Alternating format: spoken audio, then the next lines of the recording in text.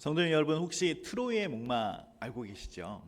네, 트로이의 목마, 고대 그리스인들이요 10년 동안 트로이 성을 함락시키지 못하자 기막힌 계획을 세우죠. 계략을 세우죠. 거대한 나무 목마를 만들어서 성 앞에 이렇게 두고 퇴각하는 척 이렇게 돌아가게 됩니다. 트로이 사람들은 이것을 보고 놀랍니다. 그것이 자신들의 승리의 기념문인 줄 알고 그것을 성 안으로 들여오게 됐고, 그날 밤에 목마 속에서 나온 군인들에 의해서 성은 순식간에 불바다가 되었던 이야기입니다. 가장 매혹적인 선물이 가장 치명적인 독이 되었던 것을 우리는 기억하게 되죠. 오늘 본문에 등장하는 이 압살롬이 어떻게 보면 이런 트로이 목마 같은 그 계략을 꾸며서 이 다윗을 반역하는 일에 앞장서는 모습을 보게 됩니다. 사실 오늘은 7절부터 이 말씀을 보게 되지만, 이 본문의 앞에 있는 1절에서 6절 말씀을 주의 깊게 살펴보게 되면 이 압살롬이 자신에 위한 이미지 메이킹을 하고 있다라는 사실을 우리는 보게 됩니다. 그는 우선에 병거와 기병을 50명을 이렇게 세워두고 왕자의 권위를 이렇게 세워가고 성문 길 곁에 이렇게 서서 성문으로 오는 사람들의 손을 잡아주고 또 입을 맞춰주면서 이렇게 얘기합니다. 왕에게 너를 도울 재판관이 없으니까 내가 그 역할을 감당하겠다. 왕이 지금 바쁘시니까 재판을 하실 수가 없으니까 내가 그것을 왕께 아뢰고 내가 너의 그 재판관이 되어주어서 너의 맘 내가 다 잘 알아, 막 그러면서 얘기했던 것 같아요. 근데 성경은요 이런 압살롬의 행동을 이렇게 평가하는데 15장 6절 말씀에 이렇게 기록합니다. 제가 읽어드릴게요.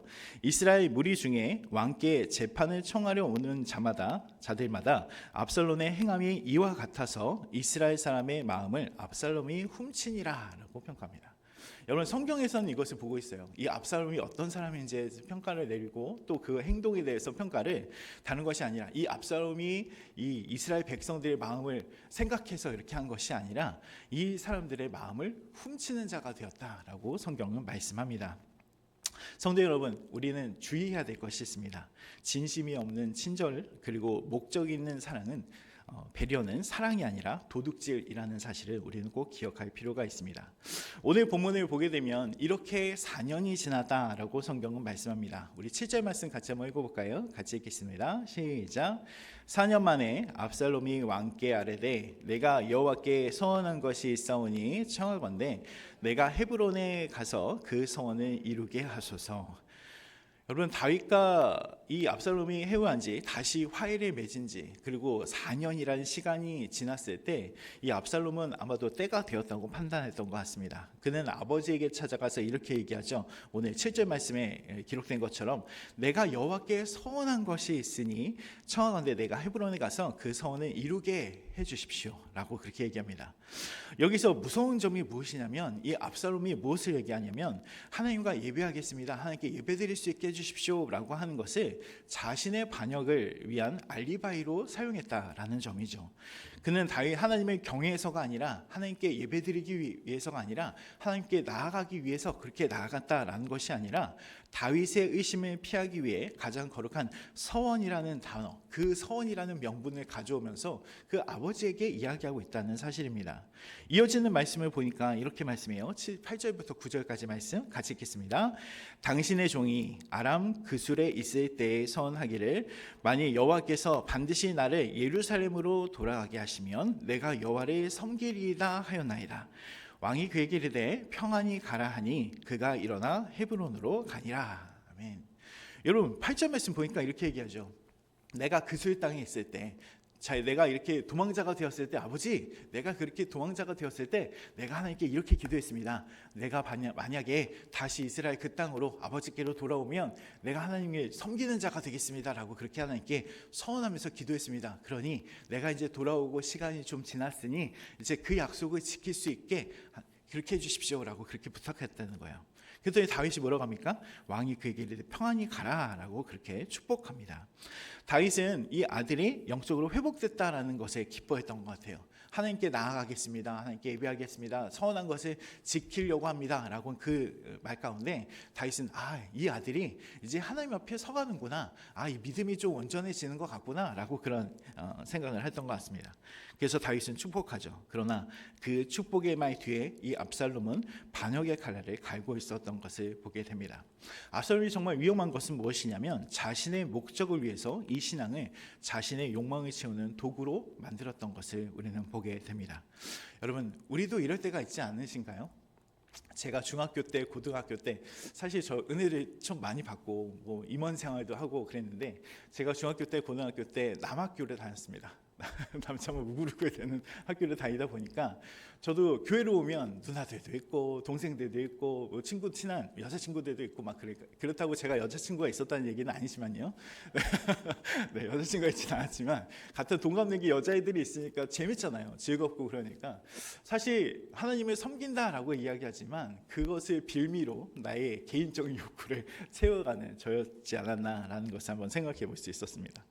자, 이렇게 헤브론에 도착한 압살롬이요, 드디어 본색을 드러내죠. 10절 말씀을 보게 되면 이렇게 기록합니다. 같이 한번 읽어보겠습니다. 시작.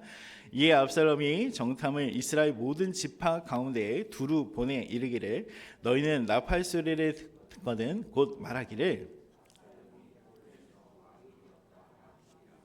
아멘. 네, 압살롬이 이제 본색을 드러내고 사람들이 다 모든 지파 가운데 보내서 나팔 소리가 나면 너희가 이렇게 외쳐라. 압살롬에서 헤브론이 왕이 됐다라고 그렇게 소리쳐라 라고 그렇게 이야기를 하게 됩니다. 여러분, 근데 이것이 여러분 기억하시죠? 다윗이 어디에서 왕이 됐죠? 처음 왕이 된 곳이 헤브론이죠. 그것을 가져온 거예요. 아버지가 왕됐던 그것을 가져와서 내가 그 아버지와 같은 사람이 되었습니다라는 것을 마치 선포하는 것이냐, 하나님께서 이렇게 해주시는 것이냐, 그렇게 거짓으로 꾸며낸 것을 보게 됩니다. 또 12절의 말씀을 보게 되면 다윗의 가장 신뢰받던 신하였던 모사 아히도벨까지 포섭하는 것을 보게 됩니다. 근데 주목해야 될 점이 무엇이냐면 이렇게 압살롬이 거짓으로 왕위를 찬탈하려고 하고 그 반역의 계략 가운데 이용당한 사람들이 참 많이 있다는 사실이에요. 우리 11절 말씀 보게 됩니다. 같이 읽겠습니다. 시작. 그때 청함을 받은 200명이 압살롬과 함께 예루살렘에서부터 헤브론으로 내려갔으니 그들은 압살롬이 꾸민 이 모든 일을 알지 못하고 그저 따라가기만 한 사람들이라. 아멘. 오늘 말씀을 보니까 200명의 사람들, 예루살렘으로부터 청함을 받은, 아마 초청을 받던 사람들이었던 것 같아요. 그 사람들이 이제 같이 가겠다고 하니까, 예배를 드리겠다고 하니까 같이 따라가게 되었던 200명의 사람들. 성경은 이 사람들이 아무것도 알지 못했다라고 성경은 말씀합니다. 여러분, 압살롬이요, 이 사람들을 왜 데리고 왔을까요? 사실 이 반역이 실패가 되게 되면 이 사람들을 인질로 잡거나 방패막이로 삼기 위해서 이들을 데려왔을 것입니다.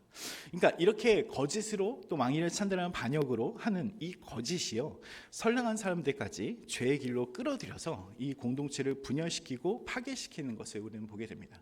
단순히 200명이었겠습니까? 이 압살롬이 거짓으로 마음을 샀던 이스라엘 백성들을 포함하면 엄청난 많은 사람들이 이 압살롬의 계략에, 반역에 동참하는 자가 되었던 것을 보게 됩니다.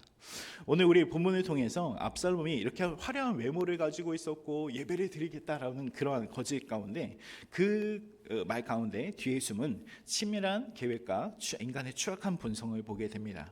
사실 예수님께서도 바리새인들을 꾸짖으면서 이렇게 얘기하셨죠. 사실 바리새인들이 그때 당시에는 경건한 사람들이었습니다. 경건한 사람들이었고 하나님의 말씀을 더 많이 아는 사람들이었고 그렇게 살려고 노력했던 사람들이 바리새인들인데 예수님께서 이렇게 꾸짖으세요. 요한복음 8장 44절. 너희는 너희 아비 마귀에게서 났으니 너희 아비의 욕심대로 너희도 행하고자 하느니라. 그는 처음부터 살인한 자요 진리가 그 속에 없으므로 진리에 서지 못하고 거짓을 말할 때마다 제 것으로 말하나니 이는 그가 거짓말쟁이요 거짓의 아비가 되었습니다. 아멘. 네. 그 바리새인들, 하나님의 말씀을 알려고 하고 그 말씀을 외우려고 하고 그 말씀을 그렇게 살려고 발버둥 치고 있었던 그 바리새인들이 예수님과의 그 관계 가운데서 예수님께서 이렇게 평가하시는 거예요. 이렇게 판단하시는 거예요. 너희 가운데 너희는 무엇이라고요? 마귀에게서 났다라는 표현을 보게 됩니다. 그러면 사람에게는요 거짓의 DNA가 흐르는 것을 보게 됩니다. 우리도 참 우리 가운데 선한 게 없죠. 그렇지 않으십니까? 우리가 얘기할 때나 그럴 때 조금 더 편해지려고, 조금 더 인정받으려고, 또 때로는 내 목적을 달성하려고 우리는 어쩌면 이 오늘 본문에 기록되어 있는 압살롬처럼 그 작은 압살롬이 되어서 진실을 왜곡하고 때로는 우리의 편함을 위해서 그렇게 말을 바꾸는 우리가 되는 것을 보게 됩니다. 그런데 우리가 기억해야 하는 것이 무엇이냐면 거짓으로 세운 이 바벨탑이 결국엔 무너지게 된다는 사실입니다. 압살롬의 결말은 무엇이었습니까? 결국 비참한 파멸이었죠. 여러분, 성도는요, 마음을 훔치는 자가 아니라 마음을 드리는 자가 되어야 합니다. 아멘이시죠? 여러분, 사람의 마음을 훔치려고 하지 마시고 여러분 마음을 하나님께 드리시는 여러분들 되시길 바라겠습니다. 하나님께서는 우리의 화려한 언변이나 경건의 모양, 모습이 아니라 상하고 통해하는 중심을 보시는 분이시기 때문에 그렇습니다. 하나님의 거짓을 기뻐하지 않으시고 우리가 때로는 모자라고 부족하고 힘이 없고 그런 것이지만 우리가 정직하게 하나님 내가 이것밖에 없지만 나의 마음을 하나님께 드립니다 라고 그렇게 나아갈 때 하나님 그것을 더 기뻐하시기 때문에 그렇습니다. 오늘 하루 이 말씀을 기억하시면서 나의 말과 행동 가운데 또 때로는 사람의 눈을 속이려고 했던 것은 없었는지 거짓의 아비인 마귀의 습성을 따라가며 살고 있지는 않은지를 되돌아보시고 진리이신 하나님의 성품을 담아가고 또 담아내는 모든 분들이 되시길 소망합니다. 세상의 방법이 아니라 하나님의 정직함으로 삶의 자리에서 승리하시는 하나님의 백성, 하나님의 자녀가 되시길 주님의 이름으로 축원드립니다. 기도